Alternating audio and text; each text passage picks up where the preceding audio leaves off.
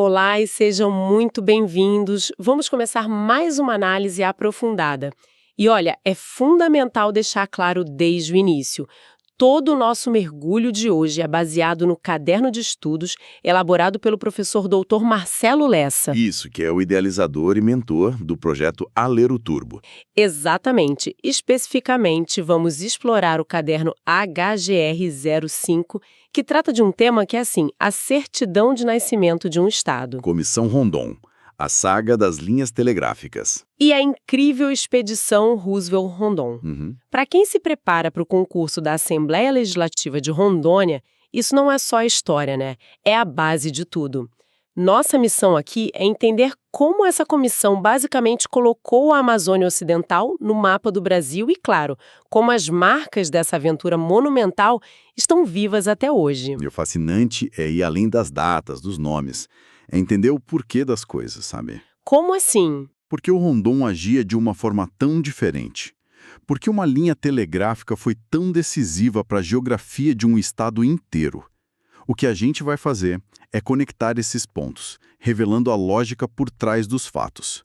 É transformar a informação em conhecimento que faz sentido. Que se fixa na memória, né? Não por decoreba, mas por compreensão. Exatamente. Ótimo ponto. Então, vamos direto à origem de tudo. A missão que parecia impossível, a Comissão de Linhas Telegráficas Estratégicas, que atuou ali entre 1907 e 1915. Governo de Afonso Pena. Isso.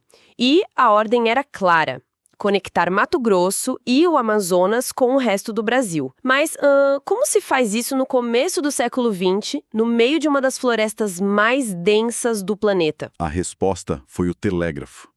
O plano era hercúleo, estender uma linha de Cuiabá até Santo Antônio do Madeira, onde hoje é Porto Velho. Era literalmente rasgar um caminho desconhecido. E aí já encontramos a primeira grande pista, sabe? No próprio nome da comissão. Linhas telegráficas estratégicas. Estratégicas. Esse adjetivo não está aí por acaso. Isso levanta uma questão fundamental. Estratégicas para quem e para quê? Não se tratava só de permitir que as pessoas mandassem telegramas. Era algo maior. Era uma questão de geopolítica pura. O governo brasileiro olhava para aquele mapa e viu um imenso vazio. Uma fronteira gigante, completamente vulnerável e sem presença efetiva do Estado. Quer dizer, uma forma de dizer, isto aqui é nosso e ter como provar. Exatamente. O telégrafo era a internet da época, né? Boa analogia. Era a única tecnologia que permitiria uma comunicação quase instantânea entre a capital, o Rio de Janeiro, e os postos militares mais isolados do país. Instalar aquela linha era afincar a bandeira do Brasil de forma permanente. Afirmar soberania, permitir movimentação de tropas, receber informações. Era integrar na prática. E não apenas no papel. Perfeito. Integrar um pedaço do país que corria o risco de ser perdido por abandono. E o mais incrível é que essa estratégia deixou marcas, cicatrizes na paisagem que são visíveis até hoje. O caminho que o Rondon e a equipe dele abriram na mata, na base do Facão, ficou conhecido como o Picadão de Rondon. E o surpreendente é que ele não foi engolido pela floresta. Longe disso, pelo que eu li. Muito longe disso.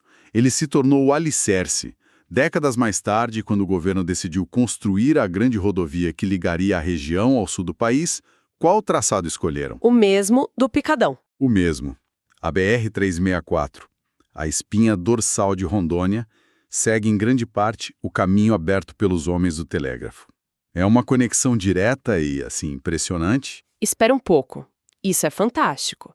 Quer dizer que hoje, quando alguém viaja pela principal rodovia do estado, está em essência refazendo a rota que Rondon abriu há mais de um século? Em grande parte, sim. E não foi só rodovia. Teve mais? Sim. Para dar manutenção à linha, Rondon precisava criar postos telegráficos a cada certa distância. Eram pequenas clareiras na mata, com umas casas, equipamentos. E o que aconteceu com esses postos? Eles atraíram gente, viraram povoados e depois cidades. Vilhena, Pimenta Bueno, Ji-Paraná, que começou como Vila de Urupá. Nossa! E também Ariquemes e Jaru. Todas elas são, de certa forma, filhas da linha telegráfica. Elas brotaram ao longo daquele fio de cobre esticado na selva. Uma obra de engenharia gigantesca como essa, no meio da floresta, inevitavelmente levaria a encontros com povos indígenas. E essa é talvez a faceta mais famosa do Rondon. A filosofia que ele aplicou nesses contatos. O lema dele, morrer se preciso for, matar nunca, é conhecido mundialmente. Uhum. Mas para a gente entender o impacto disso, a gente precisa lembrar como era o normal naquela época, certo? Sem dúvida. O normal era a violência.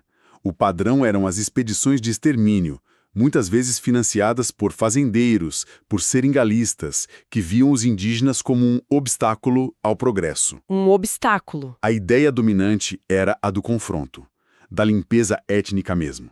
Nesse cenário de brutalidade, a política de Rondon não era só diferente, era radical. Radical é uma boa palavra. Chegaram num primeiro contato oferecendo presentes em vez de balas.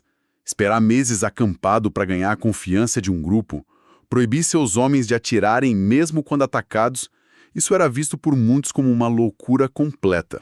E de onde vinha essa convicção tão forte, quase religiosa, de não violência? O que motivava ele? A chave para entender Rondon é uma palavra: positivismo. Positivismo? Era uma filosofia muito em voga entre os militares republicanos da época. A ideia central era que a sociedade evolui através da razão e da ciência, não da religião ou da monarquia. O ordem e o progresso da nossa bandeira. É a mais pura expressão do positivismo. Para um positivista como Rondon, os indígenas não eram selvagens a serem eliminados. Eram povos em um estágio diferente de desenvolvimento. E o Estado brasileiro, agindo como um irmão mais velho secular, tinha o dever moral de proteger, tutelar e guiar para a civilização. Mas de forma fraterna, sem violência. Exatamente. Paterno, mas jamais com violência. E essa filosofia pessoal dele conseguiu se transformar em políticas de governo? É curioso pensar que, em 1910, o Estado brasileiro criou um órgão para proteger os indígenas. Sim, foi uma iniciativa que teve Rondon como grande inspirador e defensor. Ele e outros positivistas pressionaram o governo. Argumentando o quê? Que a questão indígena era um problema de Estado, não de polícia ou de catequese da igreja. Foi assim que nasceu o SPI, o Serviço de Proteção aos Índios, em 1910. Que é o ancestral da FUNAI que a gente tem hoje. O ancestral direto. A ideia era proteger os povos, suas terras e integrá-los à nação como cidadãos. E aqui tem uma distinção importante, né? Sutil, mas absolutamente crucial. A proteção idealizada por Rondon e pelo SPI era laica, era feita pelo Estado. Ele não era muito fã das missões religiosas. Não era um entusiasta, porque o objetivo principal delas era a catequese, a conversão. Para Rondon, a questão era de cidadania, não de fé. Essa diferença é um detalhe fundamental. Então, temos essa figura complexa: engenheiro militar, estrategista geopolítico, humanista radical. E, para completar, aventureiro. O que nos leva a um dos episódios mais cinematográficos da vida dele: a Expedição Roosevelt-Rondon, entre 1913 e 1914. Uma história fantástica. O ex-presidente dos Estados Unidos, Theodore Roosevelt, um dos homens mais famosos do mundo, aventureiro, caçador, tinha acabado de perder uma eleição. E, em vez de tirar férias na Europa, decide explorar uma área desconhecida da Amazônia. E ele não queria um passeio no parque. Ele queria uma expedição de verdade, com riscos reais. O objetivo científico proposto por Rondon foi desvendar um dos últimos grandes mistérios do mapa da América do Sul. Um rio que aparecia em alguns mapas só como uma linha pontilhada. O Rio da Dúvida. Exatamente. Ninguém sabia ao certo onde ele nascia, qual era o curso, onde desaguava. Era um mergulho total no desconhecido. E a expedição conseguiu mapear o rio, que foi rebatizado como Rio Roosevelt. Foi um sucesso científico com a coleta de centenas de espécimes da fauna, da flora. Mas o custo humano foi brutal. Foi um pesadelo logístico, né? Total. Eles enfrentaram fome, corredeiras mortais, doenças, ataques. O próprio Roosevelt quase morreu. Sério? Sim. Ele contraiu malária, teve uma infecção gravíssima na perna depois de um ferimento e precisou ser carregado por dias, delirando de febre. Nossa. Ele mesmo disse mais tarde que a expedição quase lhe custou a vida e que parte da saúde dele ficou para sempre naquela selva. Que história. E essa dramaticidade toda ajuda a entender a real natureza da expedição. E aqui, atenção, é uma possível pegadinha de prova. Diga lá. Não era turismo de aventura. Não era uma missão diplomática. É importante classificar corretamente como uma expedição científica e de exploração. Essas duas palavras definem o propósito e o legado. Científica e de exploração. Anotado. Isso. Compreender isso é entender o verdadeiro valor daquela jornada. Certo. Vamos então tentar juntar todas essas peças. Quando a gente conecta todos esses pontos, o estrategista, o humanista, o explorador, que imagem final do Rondon e do legado dele se forma para a história de Rondônia? Temos o Picadão, que vira BR-364, temos cidades inteiras que nascem dos postos telegráficos, temos uma política indigenista que, apesar de hoje ser vista como paternalista, era incrivelmente revolucionária para a época e que deu origem à FUNAI. Isso. Temos a aventura que colocou um rio desconhecido no mapa mundial com o nome de um presidente americano. E, claro, o reconhecimento máximo, o próprio nome do estado. Ah, sim. Em 1956, o antigo território federal do Guaporé foi rebatizado. E aqui, atenção com o detalhe. Foi por meio da Lei 2.731. Lei 2.731 de 1956. Exato. Virou território federal de Rondônia. É a maior homenagem possível. E cuidado, a FGV pode colocar uma lei fictícia ou uma lei famosa, tipo a Lei Áurea, só para confundir. A correta é a 2.731. Boa dica. E é interessante notar o contraste com outra grande obra que acontecia exatamente na mesma época, na mesma região. A Ferrovia Madeira-Mamoré. Sim, é uma relação de simultaneidade e de profundo contraste.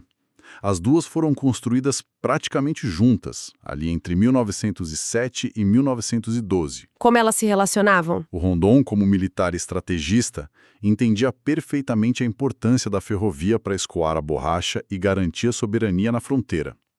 Mas, como o humanista do Matar Nunga, ele era um crítico feroz do descaso absoluto com a vida humana na construção da ferrovia. A ferrovia do diabo, né? Justamente, pelas milhares de vidas de trabalhadores que ela ceifou. Então, de um lado, o projeto do Rondon, lento, meticuloso, preocupado em preservar vidas. Do outro, o da ferrovia, rápido, brutal e a qualquer custo humano. São duas visões de progresso que se chocaram na mesma selva. Exatamente essa leitura. Então, no fim das contas, o legado de Rondon é o de um integrador.